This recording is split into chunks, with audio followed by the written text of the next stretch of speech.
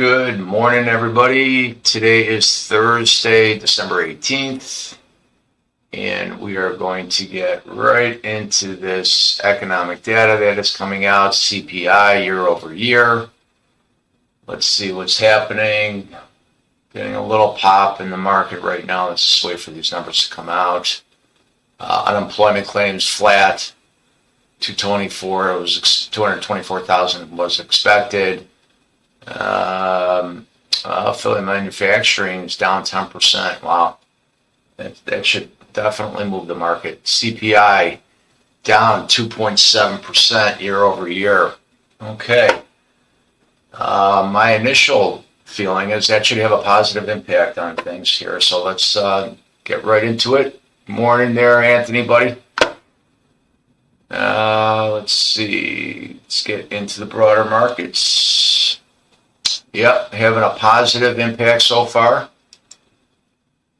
So let's just see. A little too early to tell right now.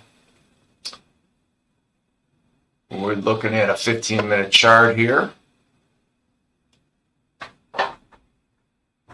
Okay, anyways, let's get into it. So we said yesterday, pre-market, it was important for us to hold these levels. We're looking at the ES right now. We're looking at the 15-minute chart. I said it was important for us to hold the 20-day SMA, the 50-day SMA, and we plowed right through it. So what are we looking at today? Now that we lost these levels, so now your longs are now you have to be thinking, okay, well, the longs, I don't want to be thinking long until we can regain these levels here. So what are you thinking today? You're thinking today pop and fades. What does that mean? It means that the market pops up into these levels here.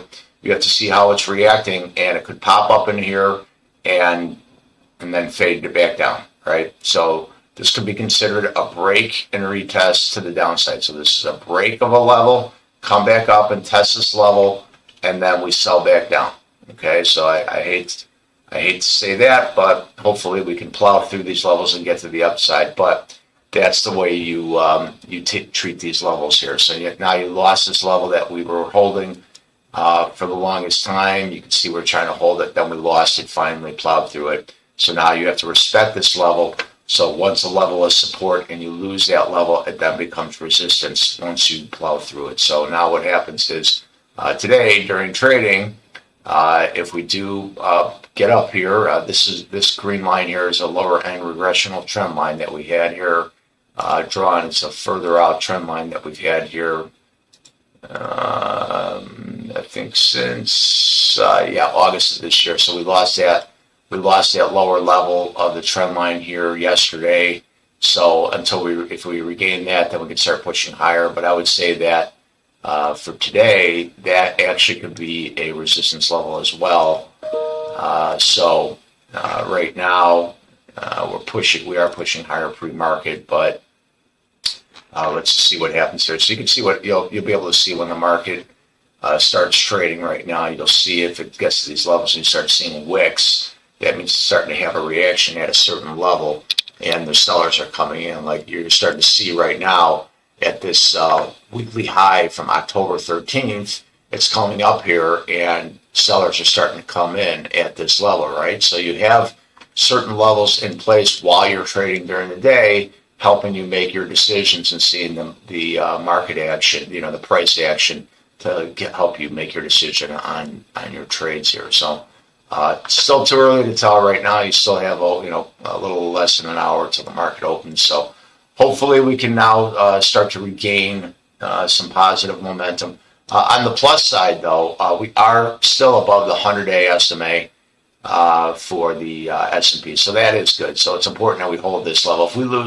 If we did end up losing this 67.40, 640 level, which is a 100-day SMA, then there's going to be some pretty rapid downside.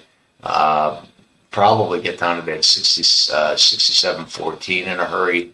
And then I'm not even sure if I have any levels down there yet. I'm not anticipating that, but I can certainly plot those if we do lose those levels. I certainly don't anticipate that happening today, but you never know. So what is important? First thing's important. You want to regain this October 13th weekly high. That's going to be the first step. Then you want to regain this lower end regressional trend line I have at 68.37.11. then your next battle is definitely going to be up here at this 50-day SMA at 68, 49.33, call it 68 and a half. There's definitely going to be a little reaction up here for sure.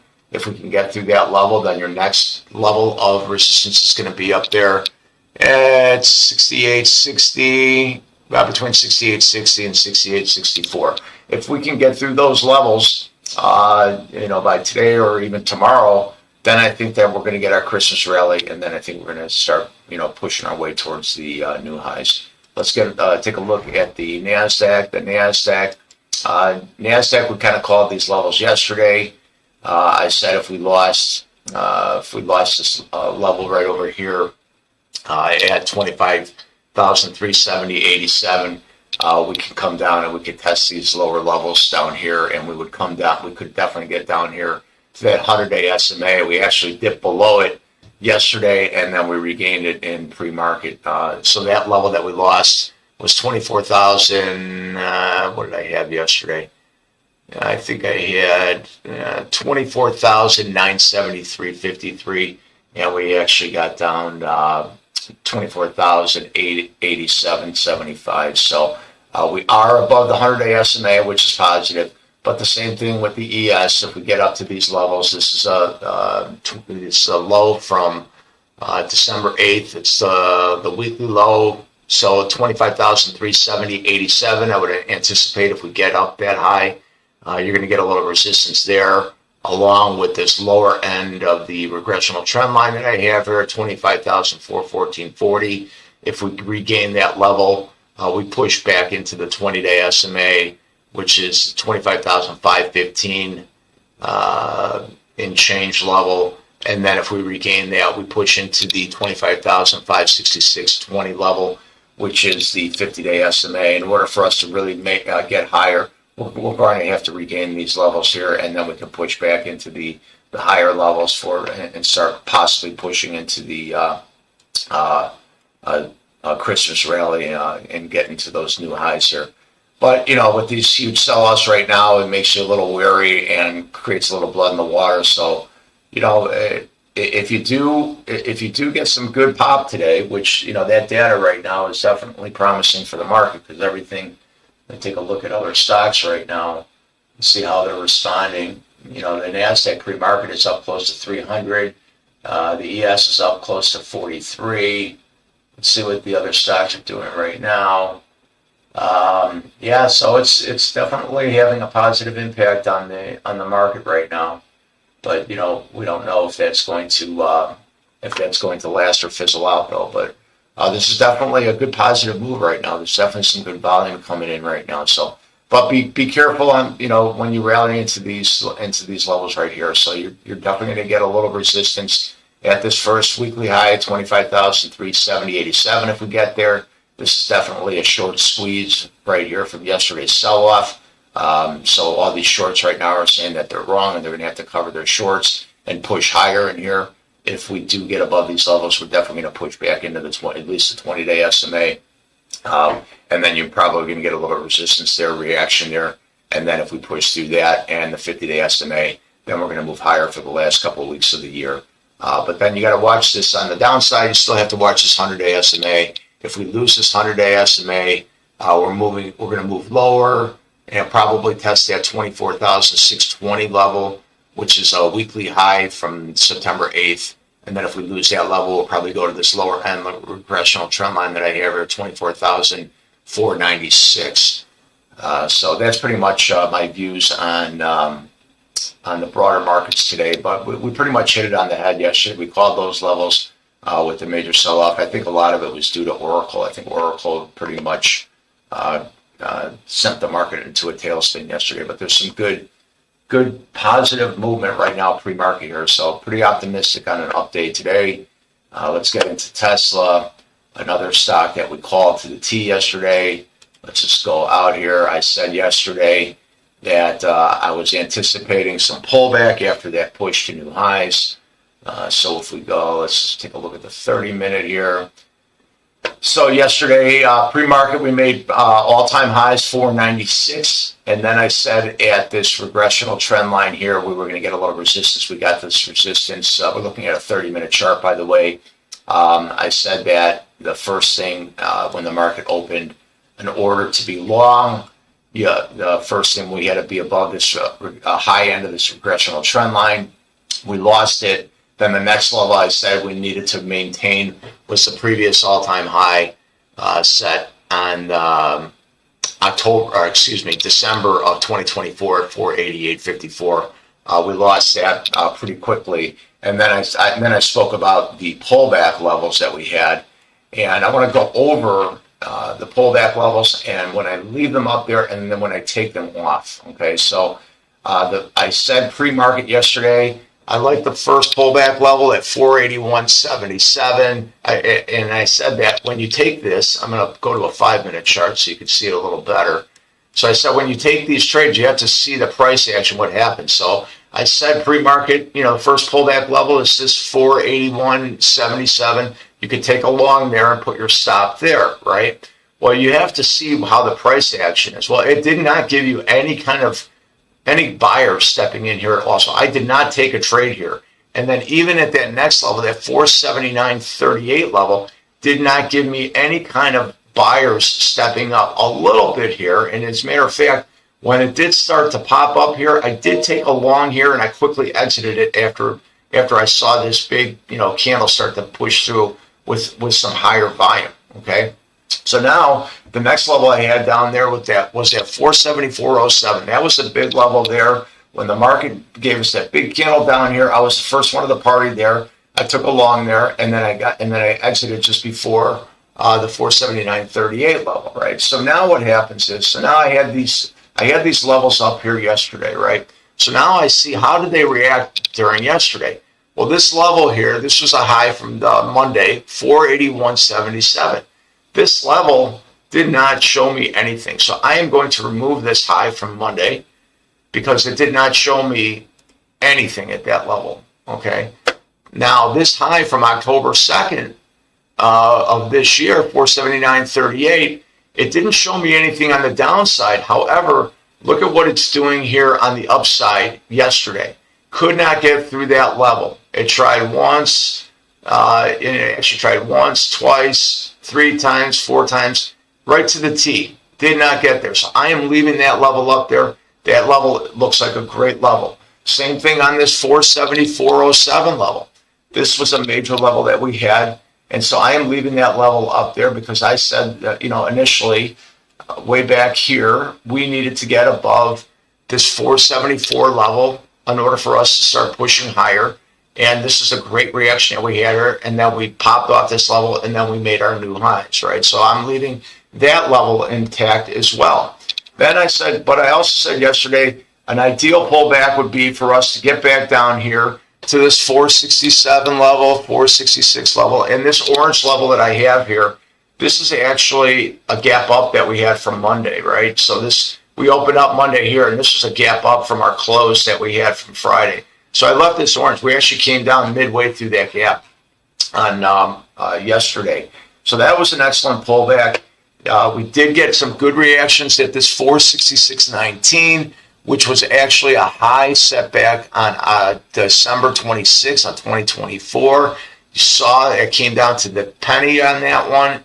So that is a great level. I am leaving that level in there. And also you could see this high set from October 27, 2025. You can see the reaction there. That's a good level as well, right? So I like those levels. I'm actually leaving those levels in there. Why do I leave those levels in there? Because it helps me identify when I'm about to take a trade, where am I at on those levels? So if the market's popping here and I see a bounce above there, it tells me, okay, I could take a long here, and if I lose those levels, I'm wrong, and I get out of those trades, right? So that's why I leave those levels in here. So let's take a look now before we get into the 5-minute opening trade. So here are our point of control levels, okay? So here's the thing that's only concerning me right now. We still have this open point of control down here from Friday.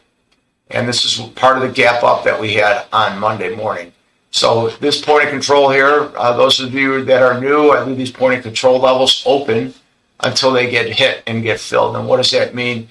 That means that right here from Friday's trading, it showed a level where it gives me the median price average where the price, is strongest, and then it plots it for me automatically. And then after the close, if it doesn't come down here and hit that price level, I leave it open, and that's a good level of support for it to potentially come down to. Now, do I think that it comes down there right away? No.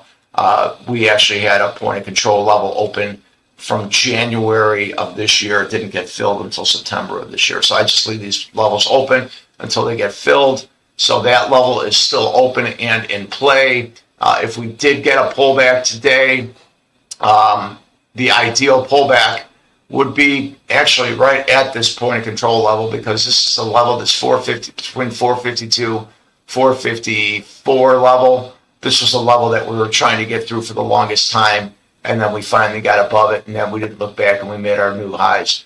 Still, even though we had that huge sell-off day yesterday, very bullish on Tesla. So going into today, I would be looking for pullback longs on Tesla. This is a key level right here. This 479.39. This is what I went over yesterday, how the market reacted to that level. If we could get if we can get a pop and hold above this 479.38 level, I think we quickly move into this previous all-time high 488.54 level. Why? Because this becomes a speed zone from what we had yesterday. All these shorts right here, this could be short. This could be profit taking here, or short. New positions, shorts being taken right now. So right here, this becomes a speed zone. You see this low volume node right here. This grayed out area here, not a lot of volume in here, right? So when you see this sticking out like this in the gray area, this is where a lot of the volume is. So if we get above this level here, this 479.39 level, I think we're going to quickly move into that 488.54 level. Maybe not today, possibly tomorrow, but it's important for us to get above that level. Get above that level, also stay above this 474.07 level. If we lose that level there, right now we're above this midline of this regressional trend line. If I fan out a little bit, you can see we're respecting this midline of this regressional trend line that I have here. So right now, I like the longs here. It comes into play really nicely here. Still respecting this to push to get some more upside. So as far as today is concerned, I do like pullback longs if we get that, or if we can break and hold above this 479.38. I like to push back into the previous all-time high at 488.54. If we do pull back, I like, if we do get a significant sell-off, the 458 and even the 454.25 would be a good level. So in order for us to push higher, got to get above that 479.38 level. That's key. Pull back into 474.07. Longs would be good, with your stop maybe below this mid-line regressional trend line at 471, call it 472.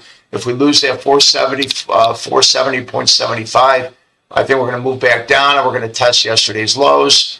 I think the low in the aftermarket yesterday was 466.23.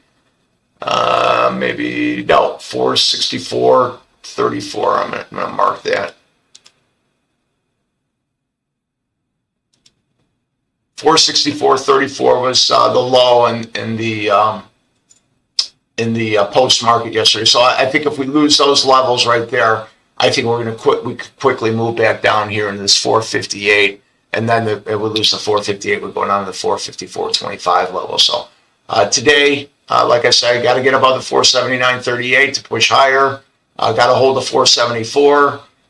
Let's take a look at, let's see where we're at here. So we're well above our moving averages. The 20s down here, the 50s down here. Where is our close from yesterday? Our close was down there yesterday. So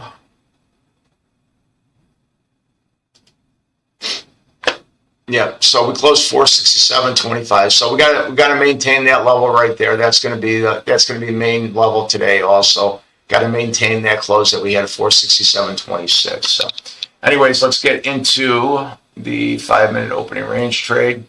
5-minute opening range yesterday.